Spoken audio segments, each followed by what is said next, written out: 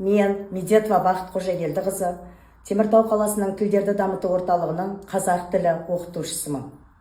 Жалпы еңбек өтілім 23 жыл. Теміртау қаласының тілдерді дамыту орталығында 2018 жылдан бері жұмыс жасап келемін. Менің қазақ тілін үйретудегі методикам қызықты әрі оңай. Неге десеңіздер, өзге ұлт өкілдері, тіл үйренушілер грамматиканы меңгергенде ойын арқылы визуализацияны көріп отырып, әрі ойынмен, әрі грамматиканы меңгеріп, жаттығуларды еркін орындайды. Ауызекі тілде еркін сөйлеуге көмектеседі. Странный қазақша. Мүмкін, ты вообще не знаешь қазақша, но сен все равно осы тексті оқып жатырсың.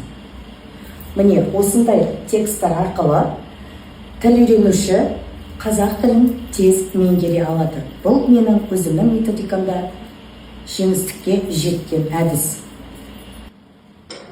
Кредиттің ақшасы не болды?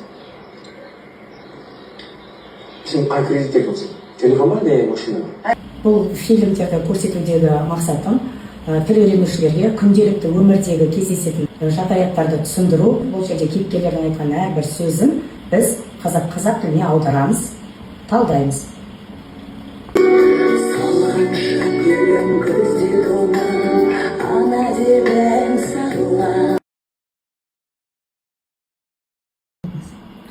Қазақ тілін қызықты көрнекіліктер арқылы, әртүрлі фильмдер талдау арқылы, әндер айту арқылы үйренгіңіз келсе, қазақ тілі курсына жазылыңыздар.